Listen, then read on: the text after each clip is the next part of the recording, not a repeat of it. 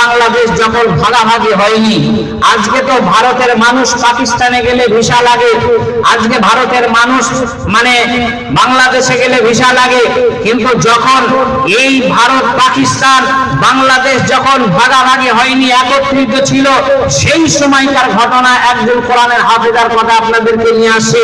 সেটা হলো করাচি হাইকোর্টে একজন ব্যক্তি কোরআনের নামে কেস করেছিল।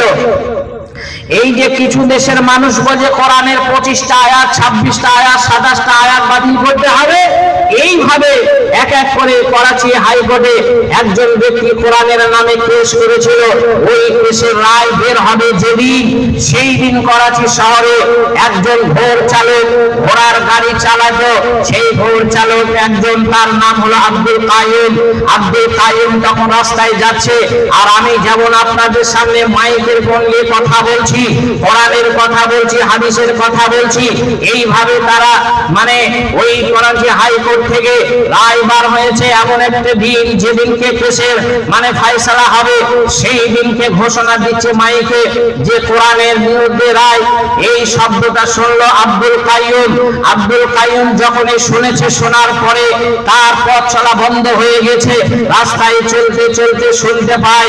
শুনে তখন সে চিন্তা ভাবনা করে দেখলো, ঘরে ফিরে বিবিকে বলছে, বিবি ছিল কোরআনের হাফেজা, 30 পারা কোরআনের হাফেজ ছিল। বেগমকে বলছে, তুমি না একজন কোরআনের হাফেজা, আমি যে ঘটনা তোমাকে আজকে শোনাতে এসেছি, তুমি শোনার পরে কি সিদ্ধান্ত নেবে আমি জানি না। তা বললো, বিবি তখন বলছে আব্দুল কাইয়ুমকে বলছে, স্বামীজি এমন কি ঘটনা আমাকে শোনাবে? বললো, শোনো, আজকে তুমি কি শুনেছো কি ঘটনা? এই করাচি হাইকোর্টে একজন ব্যক্তি কোরআনের নামে কেস করেছে, সেই কেসের রায় বের হবে যেদিন, সেই ঘটনাটা আজকে আমি মাইকে ঘোষণা শুনলাম। তা আমি শোনার পরে আর ব্যবসা করতে পারিনি, আমি ভোর গাড়ি নিয়ে বাড়ি ফিরে চলে এসেছি। এখন তোমার কাছে আমি যুক্তি পরামর্শ করতে এসেছি, তুমি কি বলছো বলো?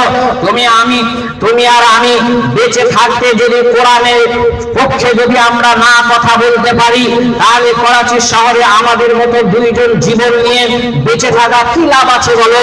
আমরা বেঁচে থেকেই বা কি করবো? 30 পারা কোরআন তুমি মাথার উপরে তুমি ছোটস্থ করে রেখেছ, যে কোরআনের ইজ্জত আজকে আমরা যদি না দিতে পারি, কোরআনের পক্ষে যদি না দাঁড়াতে পারি, তাহলে আমাদের বেঁচে থেকে কোনো লাভ নাই। এই শিয়াল কুকুরের মতন বেঁচে থেকে লাভ নেই, গ্রামের মতো বেঁচে থেকে লাভ নেই। বাঁচতে যদি হয় সিংহের মতো বাঁচতে হবে, আমাদের বাঁচতে হলে মাংসাশী প্রাণীর মতো বাঁচতে হবে। এখন কি করা যায় বলো? এ থেকে কোরআন উঠে যাবে, আমাদের করাচি শহর থেকে কোরআনের আইন উঠে যাবে, কোরআনের বিধান উঠে যাবে। আমরা কেমন করে বেঁচে, আমরা কেমন করে সেটা মেনে নেব? আর আমরা বেঁচে থেকে বা কি করব? মায়েরা আমার, বোনেরা আমার, এইবার ভালো করে আপনারা শুনতে থাকুন। সেই মহিলা কোরআনের হাফেজা আব্দুল কাইয়ুমের স্ত্রী তখন বলল, স্ত্রী বলছে, ওগো আমার প্রাণের স্বামীজি, আপনার বুদ্ধি শক্তি কাজে লাগান। তার কারণ হলো, আজকে আপনার বাড়িতে যখন ঘোষণা হলো, আপনার গ্রামে মাইকে যখন এলান হলো যে আজকে কোরআনের পক্ষে দাঁড়াতে গেলে 26শে এপ্রিল আমাদেরকে ব্রিগেড ময়দানে যেতে হবে, এই ঘোষণা শোনার পরে আপনার বাড়ির হয়তো স্বামীজি বলল, আমার কাজ আছে, ব্যবসায় আছে, আমার ধান পেকে গেছে, ধান কাটতে হবে, আমার হাঁসের বাচ্চা কেনা আছে, আমাকে বিক্রি করতে হবে, আমার যাওয়া যাবে না। কিন্তু স্বামী আর স্ত্রী শোনার পরে তখন স্ত্রী বলল, ঠিক বলেছো, তাহলে তুমি আর মওলানাকে দেখা না করে তুমি রাতারাতি ফজরের আজানের আগে তুমি ব্যবসা করতে চলে যাও, মাঠে তুমি ধান কাটতে চলে যাও, কেউ জানতে পারবে না। কিন্তু ছেলের মায়ের আমার, বোনের আমার, ওই করাচি শহরে ওই আব্দুল কাইয়ুমের স্ত্রী যখন ঘটনাটা শুনলো যে কোরআনের রায় বার হবে, কোরআন পুড়িয়ে দিতে হবে, কোরআনকে হত্যা করতে হবে, যখন কেস হয়েছে, এই কেসের যখন ফয়সালা আদার হবে যেদিন, এই ঘটনা যখন শুনলো, স্ত্রী বলছে যে স্বামীজি, তোমার বুদ্ধি আর শক্তি তুমি যেভাবে পারবে কাজে লাগাও। স্ত্রীর কথা শুনে ওই আব্দুল কাইয়ুম করলো কি, তখন সঙ্গে সঙ্গে সঙ্গে এই খবর শোনার পরে স্ত্রী নাজিয়ে আছে এটা বুঝতে পেরে আব্দুল কাইয়ুম হাতে একটি ভোজালি নিয়ে একটি অস্ত্র নিয়ে সোজাসুজি সরাসরি হাজির হয়ে গেল কোথায়? জজের মুখ দিয়ে, যেখানে বের হবে রায় হবে, যার মুখ দিয়ে রায়টা বার হবে সে জজের বাড়িতে গিয়ে জজের পেটে ঢুকিয়ে দিল ভোজালিটা। ঢোকানোর পরে সে জজ মার্ডার করে দেওয়া হলো। তাকে মার্ডার করে দেওয়া হলো কেননা তার মুখ দিয়ে কয়েক ঘন্টার ভেতরে কোরআনের প্রমাণের বিরুদ্ধে রায় দেবে, যার কারণে ওকে হত্যা করে দিলে ওর মুখ দিয়ে আর রায় হবে না।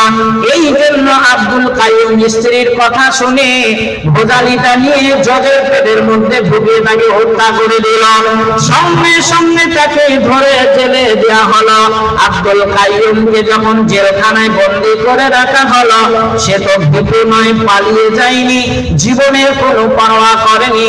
তাই গোটা মুসলিম দেশ শুনে নিলেন, এমন ভাবে শুনে নিল আব্দুল কাইয়ুমের ফাঁসি হবে ঘোষণা হয়ে গেল। এই ফাঁসি হওয়ার খবর শুনি গোটা মুসলিম দেশ এবার বাঁচানোর চেষ্টা করতে লাগলো। আব্দুল কাইয়ুমের মতো ছেলেকে যদি আমরা বাঁচাতে না পারি তাহলে কোরআনের পক্ষে কে আর লড়বে? ওই জন্য তাকে বাঁচাতে হবে, যত টাকার বিনিময়ে হোক না কেন আব্দুল কাইয়ুমকে আমরা যেমন করি হোক ফাঁসির মঞ্চে থেকে আমরা নামিয়ে নেব। একজন ভালো দক্ষ জজ দেখে বলল, শোনো বাঁচানো যাবে। মুসলিম দেশগুলি বলল, যদি বাঁচানো যায় জজ সাহেব আপনি যদি বাঁচাতে পারেন তাহলে শুনে নিন আব্দুল কাইয়ুমের যা ওজন হবে, দাড়ির দুটি পাল্লা হয়, ডাইনে একটি বামে একটি, ওই দুটি পাল্লার ভেতরে আব্দুল কাইয়ুমকে দাড়ির একটি পাল্লায় আমরা চাপিয়ে দেব, আর একটা পাল্লাতে সোনা চাপাতে থাকবো। অতক্ষণ পর্যন্ত আব্দুল কাইয়ুমের ওজন যতটা অতটা পরিমাণ আমরা সোনা আপনাকে দিয়ে দেব। এই খবরটা শোনার পরে জজ তো তখন মানে খুশিতে আটখানা হয়ে গেল, ডগমগ হয়ে গেল। তাই এত টাকার মালিক হয়ে যাব আমি, তাহলে আমাকে যেমন করে হোক বাঁচাতে হবে। হ্যাঁ, এই খুশি তখন আটখানা হয়ে গেল। কয়েক ঘন্টার মধ্যে আমি কোটিপতি হতে চলেছি। জজ বাঁচাবে কিভাবে শুনে নিন। আব্দুল কাইয়ুমকে শুধু বলতে হবে একটি কথা, যদি আব্দুল কাইয়ুম যদি মুখ থেকে বার করতে পারে তাহলে আমি ওই আব্দুল কাইয়ুমকে বাঁচাতে পারবো সহজে। কি বলতে হবে? সে শুধু একটা মিথ্যা কথা বলবে। হ্যাঁ, মার্ডার কে করেছে তা আমি জানি না।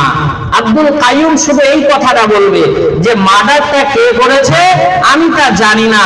যদি এই কথাটুকু যদি আব্দুল কাইয়ুম বলে তাহলে আমি ওকে সহজে বাঁচিয়ে নেব।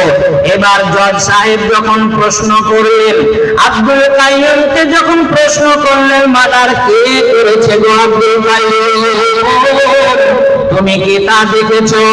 আব্দুল কাইয়ুম তখন বলল, স্যার আমি দেখা তো দূরের কথা, আমি আব্দুল কাইয়ুম আল্লাহর কসম করে বলছি আমি নিজের হাতে ভোজালি দিয়ে হত্যা করেছি। আমি নিজে মার্ডার করেছি, দেখা তো দূরের কথা। তাহলে আমি যদি নিজে মার্ডার করি তাহলে এখানে আর দেখা না দেখার কি আছে? যখনই এই কথা বলা সঙ্গে সঙ্গে সত্যটা ফাঁস হয়ে গেল। ফাঁসির অর্ডার দিয়ে দিল, তাকে ফাঁসিতে ঝোলানো হবে এই কথা বলে দিল।